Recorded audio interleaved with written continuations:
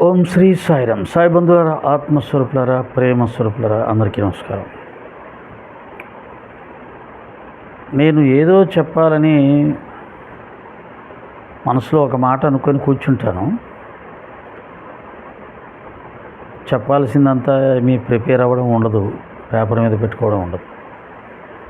బయట పబ్లిక్ ప్రోగ్రాంకి వెళ్ళినప్పుడు మాత్రం పేపర్ మీద పెట్టుకొని వెళ్తుంటాను. ఎందుకంటే పబ్లిక్ ముందు చెప్పాల్సింది జాగ్రత్తగా ఒళ్ళు దగ్గర పెట్టుకొని చెప్పాలి. ఈ యూట్యూబ్ ఛానల్కి రికార్డ్ చేసే విషయంలో ఏదో ఒక ఆలోచన వస్తుంది. ఆ ఒక పాయింట్ పట్టుకొని కూర్చుంటాను. ఆ తర్వాత అది ఎటు వెళ్తుంది అనేది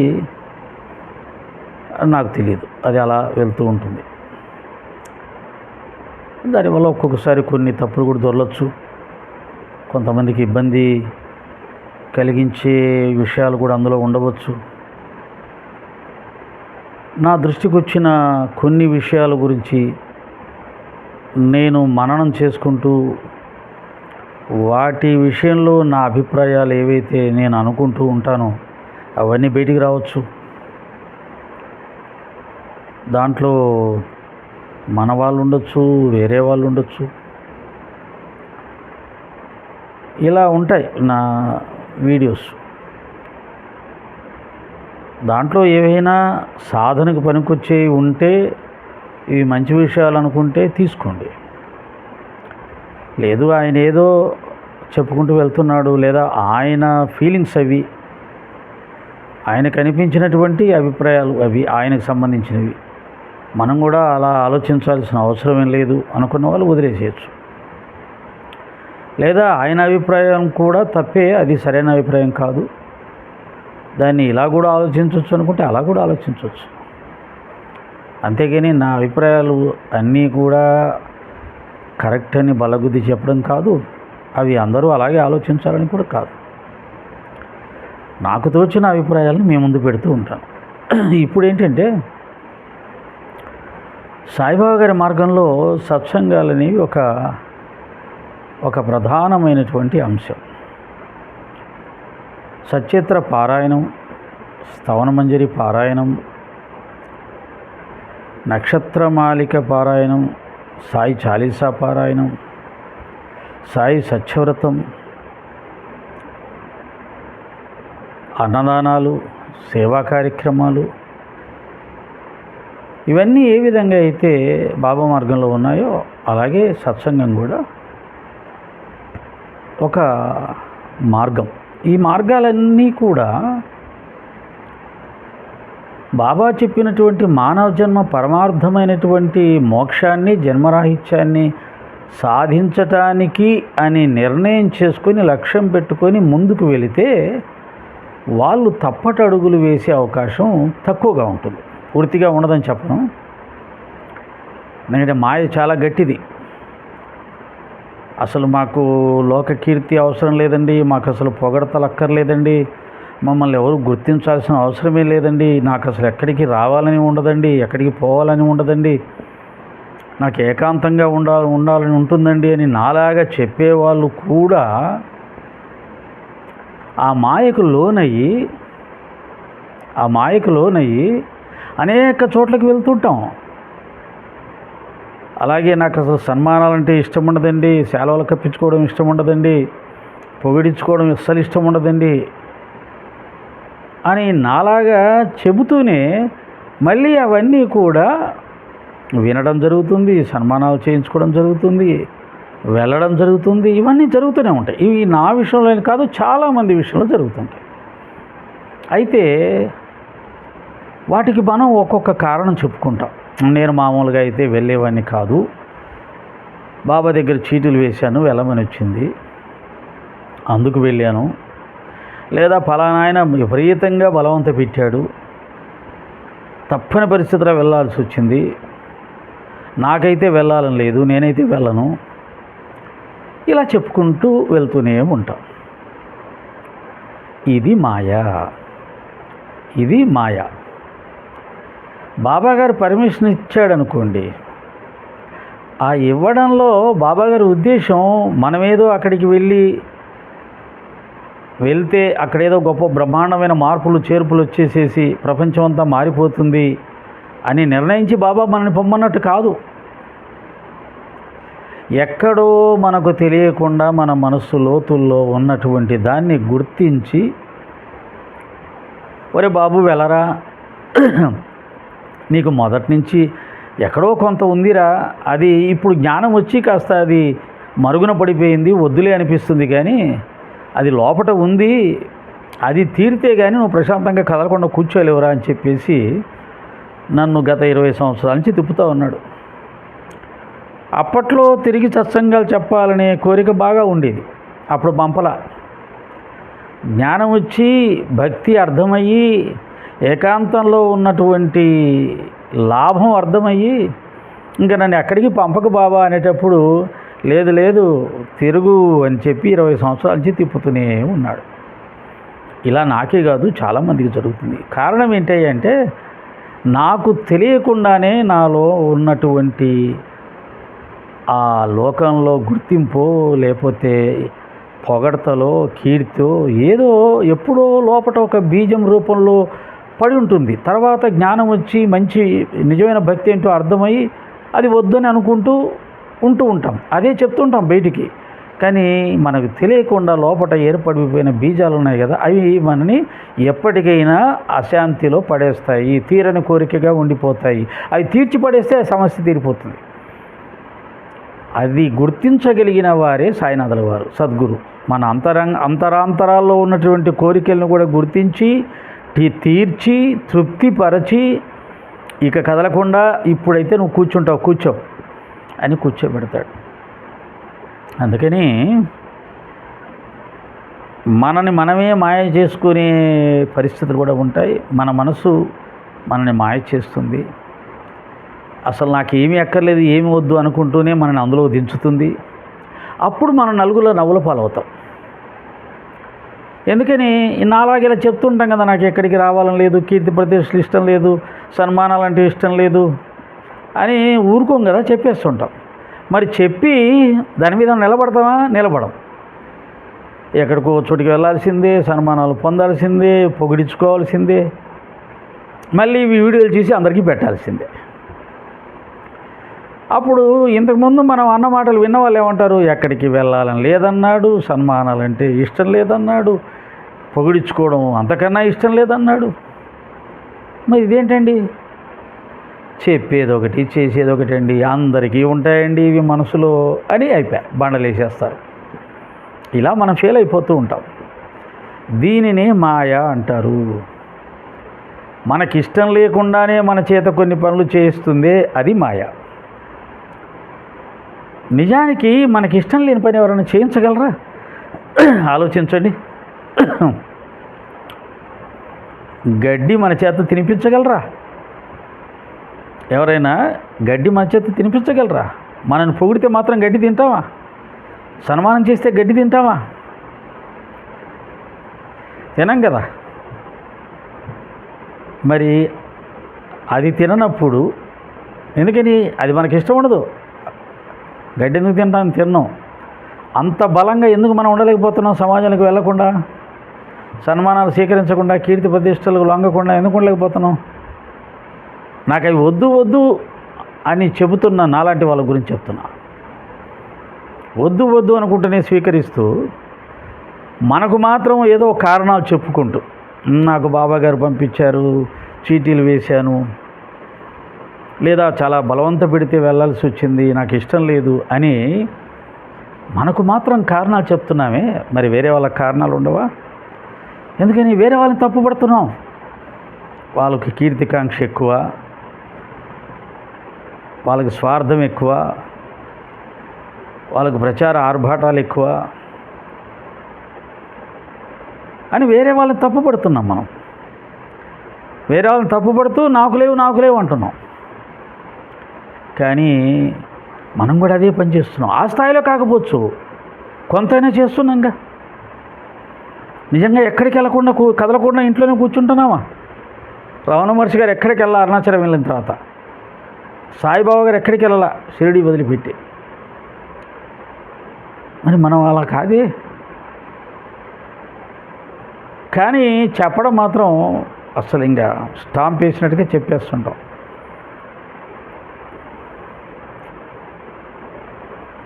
ఇలా మనని మోసం చేస్తున్న దాన్ని మాయ అంటారు. ఆ మాయ మహామాయ.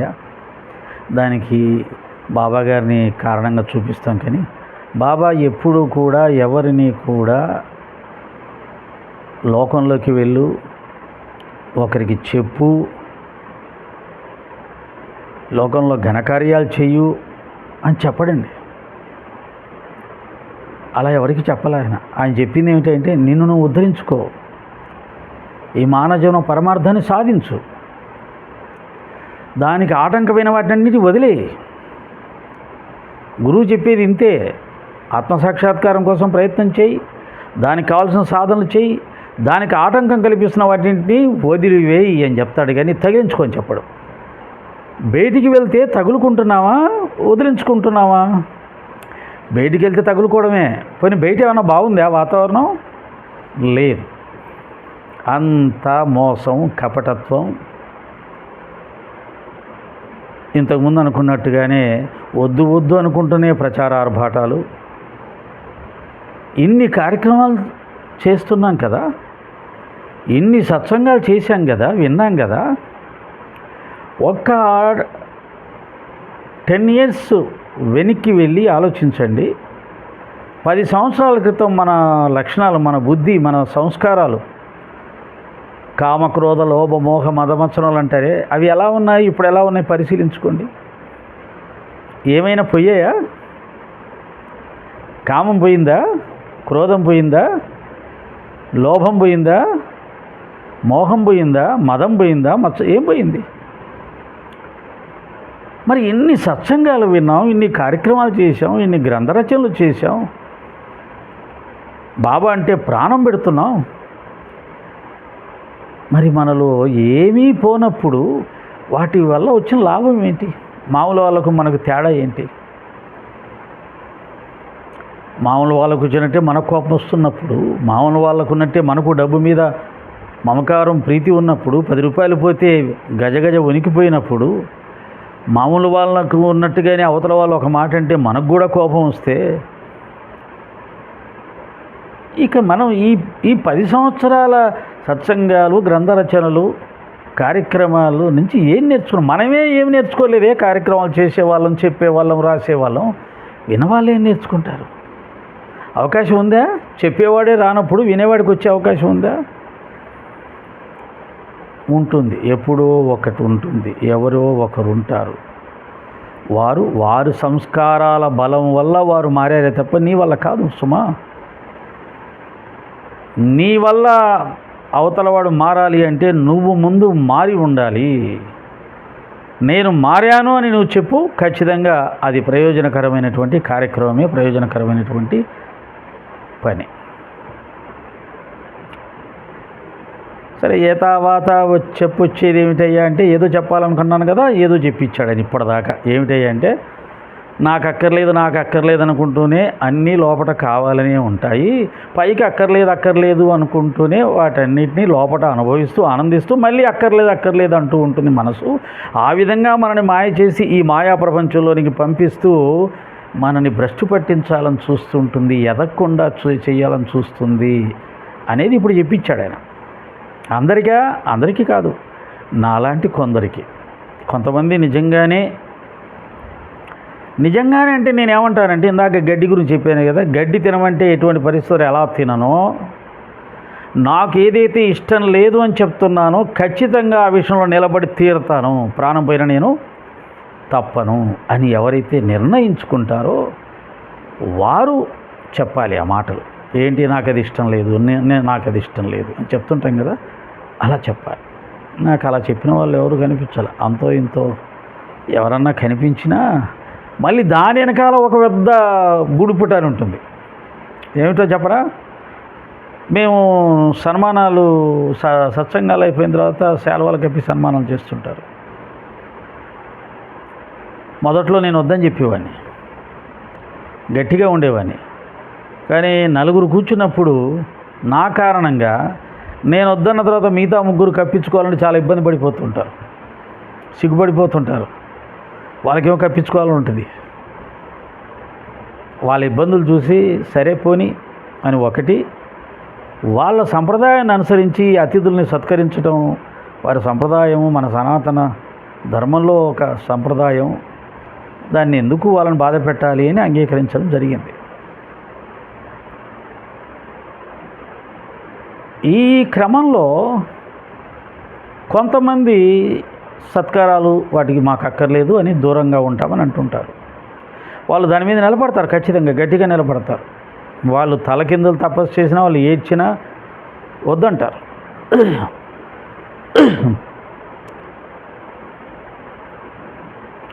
వాళ్ళు అలా వద్దనడంలో అంతరార్థం ఏమిటయ్యా అంటే, నిజంగా వాళ్ళకు దాని మీద వైరాగ్యం వచ్చి కానీ, లేదా అది వద్దనే నిరహంకార భావంతో కానీ, నిరాడంబర భావంతో కాకుండా, అవతల వాడిని తక్కువ చేయాలి, వాడికంటే నేను ఎక్కువ అనిపించుకోవాలి. పరిప్రశ్న అంటారు కదా. పరిప్రశ్న అంటే ఏంటి?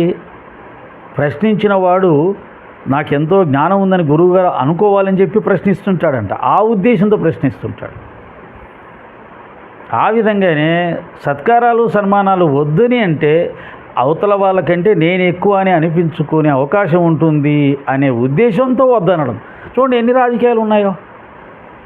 సన్మానాలు సత్కారాలు వద్దని అంటే ఆటోమేటిక్గా ఆ వ్యక్తి అవతల వాళ్ళకంటే గొప్పవాడు అవుతాడు, ఇంకా ఎక్కువ గుర్తింపు వస్తుంది.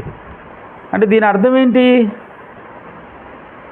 కప్పించుకున్నవాడికంటే కప్పించుకున్నవాడికి ఎక్కువ కీర్తి వస్తుంది, ఎక్కువ గౌరవం వస్తుంది. అంటే నువ్వు ఏదైతే వద్దనుకున్నావో, ఏ కీర్తి గౌరవం వద్దనుకున్నావో అది ఎక్కువ అవుతుంది. దానికోసమే నువ్వు వద్దంటున్నావు. ఇది ఒక రహస్యం. ఒక్కడిగా వచ్చినప్పుడు సన్మానం సత్కారాలు తీసుకోకుండా ఉంటే అది నిజమైందండి. నలుగురిలో ఉన్నప్పుడు నలుగురితో కాకుండా తాను ఒక ప్రత్యేకంగా వద్దు అని అన్నాడు, స్వీకరించట్లేదు అంటూ ఉంటే వాళ్ళందరికంటే నేను గొప్ప నిరాడంబర వ్యక్తిని, వైరాగ్య పురుషుణ్ణి అనిపించుకోవడానికి నువ్వు ఆచరిస్తున్నావు దాన్ని అని నీకున్నా లేకున్నా లోకం అనుకుంటుంది సుమి. అందరికీ ఉంటుందని కాదు, కానీ కొందరు ఈ భావంతో, అంటే ఇన్ని భావాలు ఉంటాయి. ఒకటి ఏదైనా ఒక పని చేసినప్పుడు ఇన్ని భావాలు ఉంటాయి. నాకు ఏది వద్దు అని అంటే దాంట్లో నిజంగా ఇంకొకటి ఏదో అంతకన్నా గొప్పది ఆశించి వద్దంటుంటారు.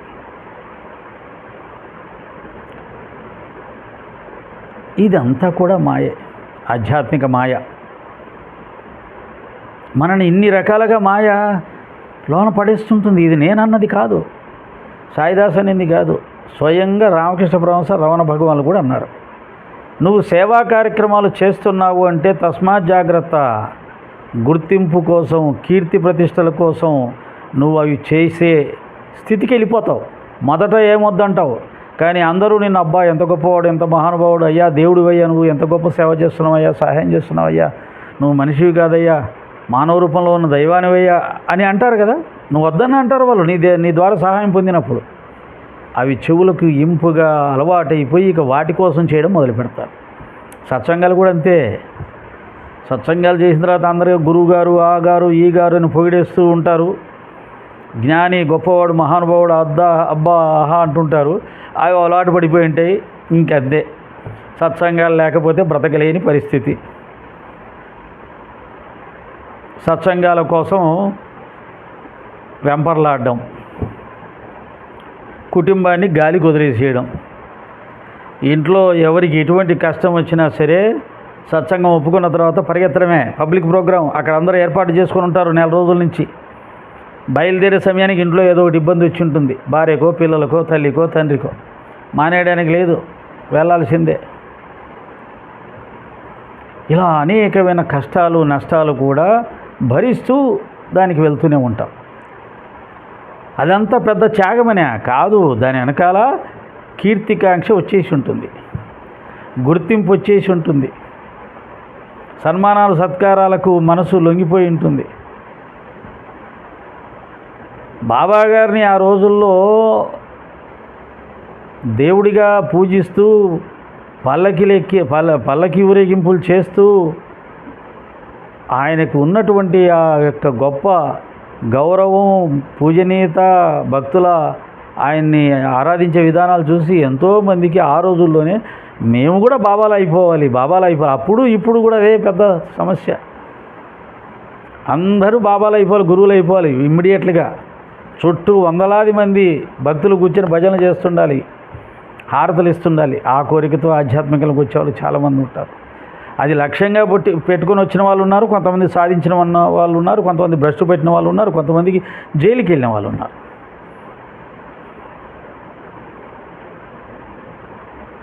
ఇప్పుడు ఏతావాత అన్నాను కదా, చెప్పాలనుకున్నది సత్సంగాలు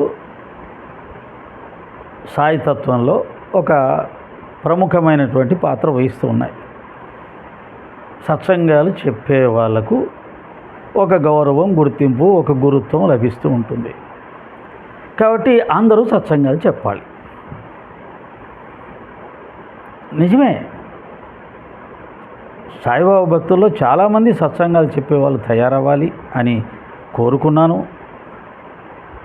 చాలామందిని ఆ మార్గంలో ప్రోత్సహించటం, నడిపించటం గత 10 సంవత్సరాలుగా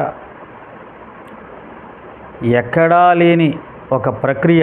దాదాపు 7-8 మంది సాయి భక్తులు కలిసి 2-3 రోజులు సత్సంగాల్లో 7-8 మంది ప్రవచకులు పాల్గొంటూ కలిసిమెలిసి ఉంటూ చక్కగా ప్రవచనాలు చేస్తూ ఉన్నటువంటి విధానం ఒక సాయి మార్గంలోనే మనకు కనిపిస్తూ ఉంటుంది. ఒక సత్సంగం చెప్పే అతనికి మరొక సత్సంగం చెప్పేయడానికి సాధారణంగా పడదు. వాళ్ళిద్దరినీ కూర్చోబెట్టి ఈయన 1 గంట ఆయన 1 గంట ప్రవచనం చెప్పించడం ఇంతవరకు ఎక్కడ జరగల. సాధారణంగా ఎవరి సత్సంగాలు వాళ్ళవే, ఇండివిజువల్. మా బాబా మార్గంలో మాత్రమే ఒక 10 మంది 12 మంది కూడా కలిసి ఒకే వేదికని పంచుకొని ఒకే రోజు కూడా 2, 3, 4, 5 సత్సంగాలు ఒకే వేదిక మీద కూర్చొని ఒక్కొక్కరు ఒక్కొక్క గంట సత్సంగాలు చెప్పే ఆ యొక్క సమన్వయం అంటారా,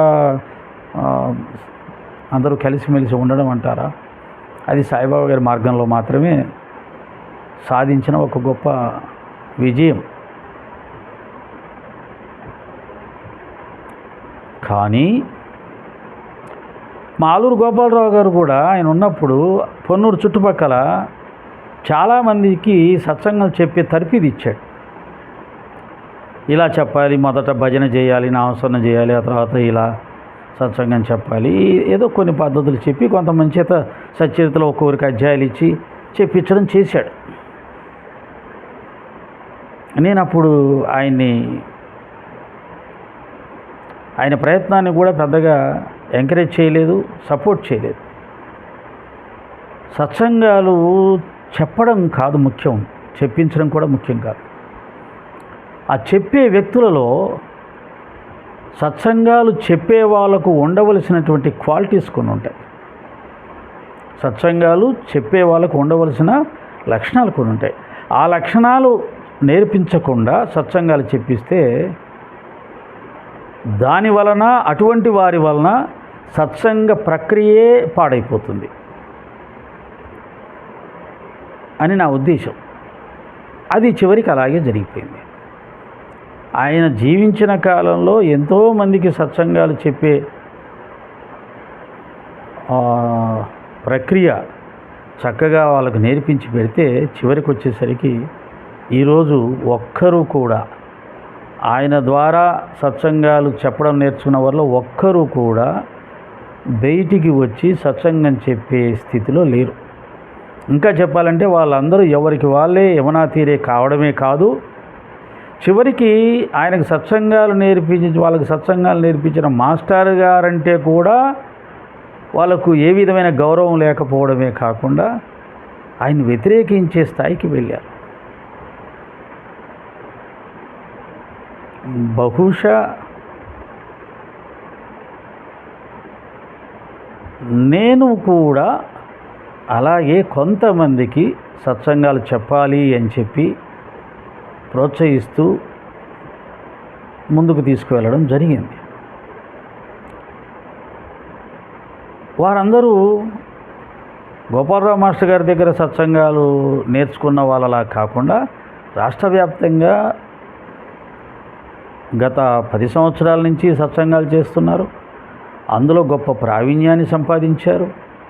సచరిత్ర మీద మంచి పట్టు సంపాదించారు. అనర్గళంగా చెప్పగలుగుతారు. ఇంకా కొంతమంది అయితే నాకంటే బాగా చెప్పగలుగుతారు. సచరిత్ర గురించి నాకంటే ఇంకా బాగా అవగాహన చేసుకున్న వాళ్ళు ఉన్నారు. ఇది ఇంతవరకు జరిగినటువంటి ఒక ప్రక్రియ. చాలా సంతోషకరం, ఆనందకరం. సరే, వాళ్ళలో కొంతమంది నాతో కూడా విభేదించి ప్రయాణం చేస్తున్న వాళ్ళు ఉన్నారు. అయినా నాకు ఆనందమే. వాళ్ళు నాతో కలిసి ఉండాలని లేదు. నేను కోరుకున్నది ఏమిటంటే సచ్చరిత్ర మీద వారు పట్టు సాధించాలి. సచ్చరిత్ర మీద వారు ప్రవచనాలు చేసే స్థాయికి ఎదగాలి. అవి నా లక్ష్యాలు నెరవేరాయి. నేనేమి వాళ్ళు జీవితాంతం నాతో కలిసి ప్రయాణం చేయాలని నేనేమి అనుకోలేదు. ఇంకా చెప్పాలంటే నేను ఎప్పుడు విడిపోవడానికే ఇష్టపడతాను. మనుషులతో అటాచ్మెంట్ కాకుండా డిటాచ్మెంట్ కోరుకుంటాను.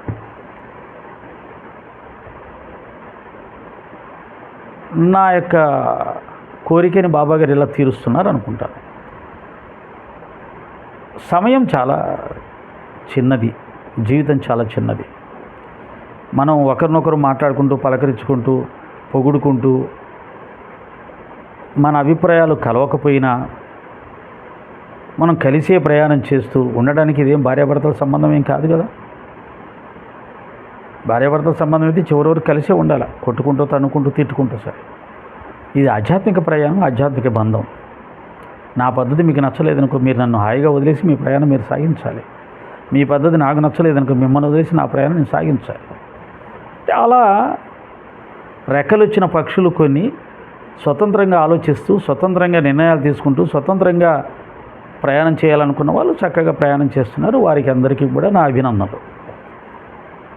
ఏదైతేమి నా లక్ష్యం ఒక 10 మంది సచరిత్ర మీద ప్రవచనం చెప్పేవాళ్ళు కావాలి బాగా అనుకున్నాను. అలా తయారయ్యారు. అలా తయారైన వాళ్ళ చోటే మన నరసింహారావు గారు అంతర్జాతీయ సాయి భక్త సమ్మేళనంలో 12 మంది చేత రోజుకు 3 చేత సత్సంగాలు చెప్పించగలిగారు. ఇప్పటికీ వాళ్ళు ఆ విధంగానే చక్కగా ప్రవచనాలు కొనసాగిస్తున్నారు. కొంతమంది సొంతంగా కార్యక్రమాలు రూపొందించుకొని సాహిత్యత ప్రచారం చేస్తున్నారు. ఇదంతా ఒక దశ. ఆలూరు గోపాలరావు గారు, పద్మయ్య గారు, నేను, సుబ్రహ్మణ్యరెడ్డి గారు, రమేష్, ఈ 5 మంది ఒక దశ, ఫస్ట్ స్టేజీ. రెండో స్టేజీ ఇప్పుడు మా మిత్రులందరూ కూడా, మా కర్లపూడి కృష్ణ కానీ, లేకపోతే శకుంతలమ్మ కానీ, లేకపోతే మా నిర్మలమ్మ కానీ, మా ఆదిపూడి గారు కానీ, మా రజనీ కుమార్ కానీ, మా అనిల్ కుమార్ కానీ,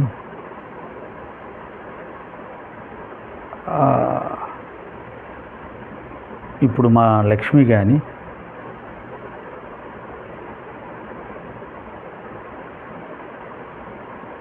ఇంకా కొంతమంది గుర్తు రావట్లేదు.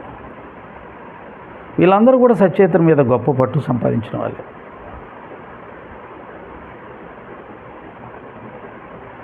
వీళ్ళల్లో కొందరు నాకంటే బాగా చెప్పేవాళ్ళు ఉన్నారు, నాకంటే బాగా ఆలోచించే వాళ్ళు ఉన్నారు, నాకంటే బాబాగాని అర్థం చేసుకునే వాళ్ళు ఉన్నారు, అవగాహన చేసుకునే వాళ్ళు ఉన్నారు. ఇలా ఇంతవరకు మా హరిహరరావు గారు కానీ, కొంతమంది పేర్లు మర్చిపోతా, గుర్తు రావద్దు కదా ఒకేసారి.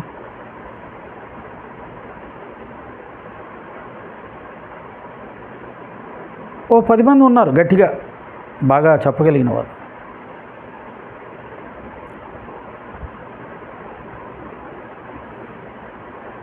ఇది రెండో దశ. ఇప్పుడు మూడో దశలోకి కొంతమంది ప్రవేశిస్తున్నారు సత్సంగాలు చెప్పాలని ఆరాటంతో. సత్సంగాలు చెప్పాలి, సచరిత్ర మీద చెప్పాలి, రావాలి, ఇంకా చాలామంది రావాలి. 100 మంది తయారు కావాలనుకున్నాను. కానీ సత్సంగాలు చెప్పే వాళ్ళకు కొన్ని క్వాలిటీస్ ఉండాలి. ఆ క్వాలిటీస్ ఉన్నాయా? మా నెల్లూరు మధు గారు కానీ, వాళ్ళ అబ్బాయి బాబీ కానీ, సాయి బస్వంత్, ఇలా కొంతమంది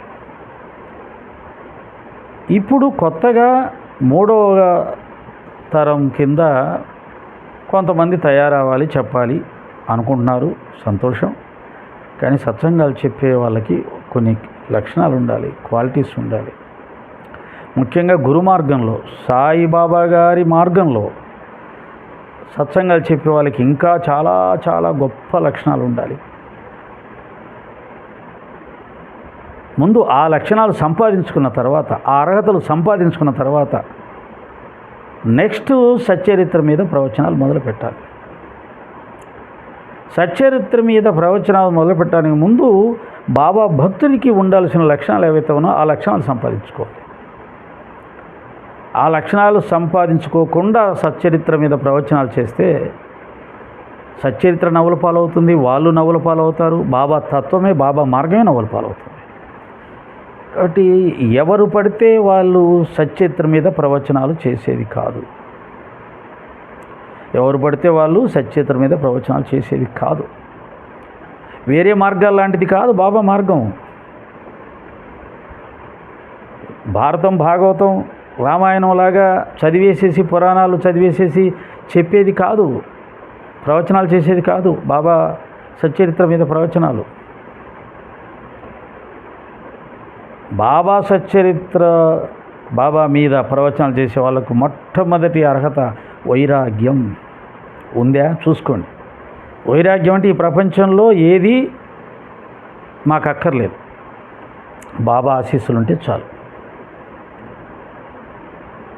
నలుగురి కోసం, నలుగురు గుర్తింపు కోసం, నలుగురు గుర్తించాలి, నన్ను కీర్తించాలి, నలుగురితో గౌరవించబడాలి, దండలేసుకోవాలి, సేవలు కప్పించుకోవాలి అనే ఉద్దేశంతో సత్సంగాలు చెప్పడం కాదు. అలాగే సత్సంగాన్ని పిలిచి నీకు ఇచ్చిన టైం తక్కువైనా ఏమాత్రం ఫీల్ అవ్వకుండా, అసలు నీకు సత్సంగమే లేదు అన్నా ఏమాత్రం ఫీల్ అవ్వకుండా, అంతా బాబాగారి నిర్ణయం అనుకొని స్థితప్రజ్ఞతతో నిశ్చలంగా ఉండగలిగితేనే సత్సంగాల్లో చెప్పే దానికి ముందుకు రావాలి. లేకపోతే అన్నీ గొడవలే, ఒకరితో ఒకరు పోల్చుకోవడాలు, నాకంటే వాళ్ళు బాగా చెప్తారేమో అని భయం, బాధ, వాళ్ళు బాగా చెప్పకపోతే బాగుండు, వాళ్ళకంటే నేను బాగా చెప్పాలి, ఈ టెన్షన్స్, వాళ్ళకి సమయం ఎక్కువ ఇచ్చారు, నాకు తక్కువ ఇచ్చారు, గొడవ అక్కడే నలుగురిలోనే. నేను ఒప్పుకోను, నేను కూడా ఎక్కువ చెప్తా, గొడవ అక్కడే. ఇలా ఈ లక్షణాలతో, ఈ క్వాలిటీస్తో ఏ మార్గంలో అయినా సరే సత్సంగాలు చెప్పేవాళ్ళు ఉన్నప్పుడు అది రసాభాసగా మారిపోతుంది. కనుక సత్సంగాలు చెప్పడానికి ముందే మనం ఆధ్యాత్మికంగా ఎదగాలి.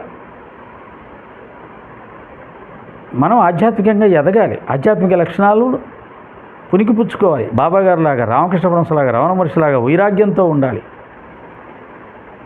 కొంత జ్ఞానం, అవగాహన చేసుకొని ఉండాలి. ఆ తర్వాత సచ్చరిత్రను బాగా అధ్యయనం చేయాలి సుమా. సచ్చరిత్ర అందరికీ అర్థమయ్యేది కాదు. అది సమర్థ సద్గురువు సాయిబాబా గారు సంబంధించినటువంటిది. వారి జీవన చర్యలు కానీ, వారి బోధనలు కానీ, వారి లీలలు కానీ అంత సామాన్యంగా అర్థమయ్యేది కాదు. దానికి ముందు నీ అహంకారం రాలిపోవాలి. నీ అహంకారాన్ని బాబా పాదాలకు సమర్పించాలి. చెప్పు కింద తేలులాగా చచ్చినట్టుగా పడి ఉండడం రావాలి. ఇందాక చెప్పానే, ఆ లక్షణాలు రావాలి. సత్సంగం ఉందన్నా ఒకటే, లేదన్నా ఒకటే. నీకు టైం తగ్గినా ఒకటే, ఎక్కువ ఉన్నా ఒకటే. వేరే వాడికి ఎక్కువ ఇచ్చినా ఒకటే, పట్టించుకోకూడదు. నీకు తక్కువ ఇచ్చినా మాట్లాడకూడదు. సాయిరామ్ అనడం రావాలంతే. అంత అణిగిమణిగి ఉండాలి, అంత అహంకార రాహిత్యంగా ఉండాలి, అంత నిరాడంబరంగా ఉండాలి, అంత నిరభిమానంగా ఉండాలి, అంత నిర్మమకారంగా ఉండాలి. బాబా అలా ఉన్నాడు. సత్సంగాలంటే చెప్పడానికి, దండలు వేయించుకొని, సేవలు వేసుకోవడానికి కాదు. సచ్చరిత్ర ద్వారా జ్ఞానాన్ని పొంది ఆచరించి మనం తరించి, ఆ తరించిన విధానం, తరించిన మార్గం మన సత్సంగాల్లో 10 మందికి పంచగలగాలి. సచ్చరిత్రలో ఉన్నదానితో పాటు మన అనుభవం కూడా పంచగలగాలి, మన ఆచరణ కూడా పంచగలగాలి. అందులో ఉన్నది ఉన్నట్టుగా చెప్పడమే చాలా కష్టం. ఇంకా లోతుకు వెళ్ళి రత్నాలు తీసి చెప్పడం ఇంకా కష్టం. ఆ రత్నాలను తీసి ఆచరించి మనం రత్నంలాగా తయారయ్యి చెప్పడం అనేది ఇంకా కష్టం. అది అన్నిటికంటే ఉత్తమం. కాబట్టి సత్సంగాలు చెప్పేవాళ్ళు ముందు ఆ లక్షణాలు సాధించండి, అర్హతల్ని సాధించండి. ఆ తర్వాత దాన్ని అధ్యయనం చేయండి, లోతుగా అధ్యయనం చేయండి. నిర్మమకారంతో, నిరభిమానంతో, నిర్మోహంతో, పరిపూర్ణ వైరాగ్యంతో సత్సంగాలు చెప్పడానికి సమాజంలోకి వెళ్ళండి. మొన్న ఎవరో ఒక ఆయన సత్సంగం చెప్తున్నాడు, ఇలాగే నాలా కాలు బాగా సాపుకొని కూర్చొని సత్సంగం చెప్తున్నాడు. నేను 65 సంవత్సరాల తర్వాత 20 సంవత్సరాల అనుభవంతో కాలు జాపుకోవడానికి ఇప్పుడు నాకు వాళ్ళ అనుమతి ఇచ్చారో లేదో కానీ నేను జాపుకుంటుంటాను. ఎందుకంటే వయసు మీద పడ కావచ్చు. కానీ ఒకటో రెండో సత్సంగాలకే కాళ్ళు జరుపుకొని సత్సంగాలు చెప్పడం, సత్సంగం చెప్పే అవకాశం వస్తుందో రాదో అని గింజుకొని రాకపోతే జీవితమే ఇంకా వృధా అన్నట్టుగా టెన్షన్ పడిపోయి గందరగోళం పడిపోయి, అలాగే అవతల వాళ్ళు నాకంటే సత్సంగం బాగా చెప్పేస్తారేమో అనే టెన్షన్ పడిపోయి, ఎవరైనా బాగా చెప్పేవాళ్ళు వస్తే ఇక రేపటి నుంచి వాళ్ళని పిలుస్తారేమో నన్ను పిలవరేమో అని వాళ్ళని ఎలాగైనా రానియకుండా తొక్కిపడేయాలని చూసి, లేదా ఎవరైనా కల్లబుడి కృష్ణలాగా పాటలు బాగా పాడి ప్రాచుర్యం పొంది అందరి చేత పిలువబడుతుంటే ఆయన మీద బండలేసి రాళ్ళేసి ఆయన ఎలాగైనా కింద పడేయాలా, తొక్కేయాలా, ఆయన ఆ మనిషి అట్లాంటి మనిషి ఇట్లాంటి మనిషిని తప్పుడు ప్రచారం చేసేసి ఆయన ఎదగకుండా చేయాలి. ఇలా చాలామంది చాలా రకాలుగా ఇవి జరుగుతూ ఉంటాయి. పెద్ద పెద్ద వాళ్ళల్లోనే ఈర్ష్య ద్వేషాలు వచ్చాయి. చాలామంది గురు శిష్యులు అన్న వాళ్ళే కొట్టుకొని తనుకొని విడిపోయిన వాళ్ళు ఉన్నారు. అది ఇతరుల విషయంలో జరిగి ఉండొచ్చు, నా విషయంలో జరిగి ఉండొచ్చు. ఇలా గందరగోళంగా ఉంది కదా. అంటే మాలాంటి సీనియర్స్ దగ్గరే ఇన్ని రాజకీయాలు, ఇన్ని కుతంత్రాలు, ఇన్ని వ్యవహారాలు, ఇంత బలహీనతలు ఉంటే రాబోయే తరం ఎలా ఉంటుందనేది ఆలోచించినప్పుడు చాలా బాధేస్తుంది, భయమేస్తుంది. కాబట్టి ఇదేదో చెప్పాలనిపించింది. కాబట్టి ముందు సత్సంగాలు చెప్పాలనుకున్న వాళ్ళు బాబా భక్తుడిగా ఉండాల్సిన లక్షణాలు: శాంతం, సహనం, ప్రేమ, సమభావం, నిర్మమకారం, నిరభిమానం, స్థితప్రజ్ఞత, వైరాగ్యం. ఈ లక్షణాలన్నీ సంపాదించుకొని కూర్చోండి, నేర్చుకోండి, అధ్యయనం చేయండి, కష్టపడండి. బాబా తత్వానికి వ్యతిరేకంగా ఒక్క మాట కూడా పలకకుండా ఆయన్ని బాగా అర్థం చేసుకొని, మనం చెప్పే మాట వల్ల బాబాకి గొప్ప గౌరవం, గొప్పతనం వచ్చేలాగా, బాబా భక్తులకు గొప్ప పేరు వచ్చేలాగా, ఆధ్యాత్మిక మార్గానికి, సాధనకి ఉపయోగపడేలాగా చెప్పండి. దానికి ముందు కొన్ని సాధనలు చేయండి. మనోనిగ్రహం, ఇంద్రియ నిగ్రహం కోసం కొన్ని సాధనలు చేయండి. ముందు వాక్కును పరిశుద్ధపరచుకోండి, వాక్కును అదుపులో పెట్టుకోండి, మనసును అదుపులో పెట్టుకోండి. ఇవన్నీ నేర్చుకొని అప్పుడు సత్సంగాలు చెప్పే ప్రయత్నం చేయండి. అంతేగాని సత్సంగాలు చెప్తుంటే సన్మానాలు చేస్తున్నారు, దండలు వేస్తున్నారు, గురువు అంటున్నారు కాబట్టి మనమేం తక్కువ, మనం కూడా చెప్పేద్దాం, ఆ ఆలోచనతో సత్సంగాలు చెప్పడానికి ముందుకు రావద్దు. సాయిరామ్. అందరికీ శుభం జరగాలి.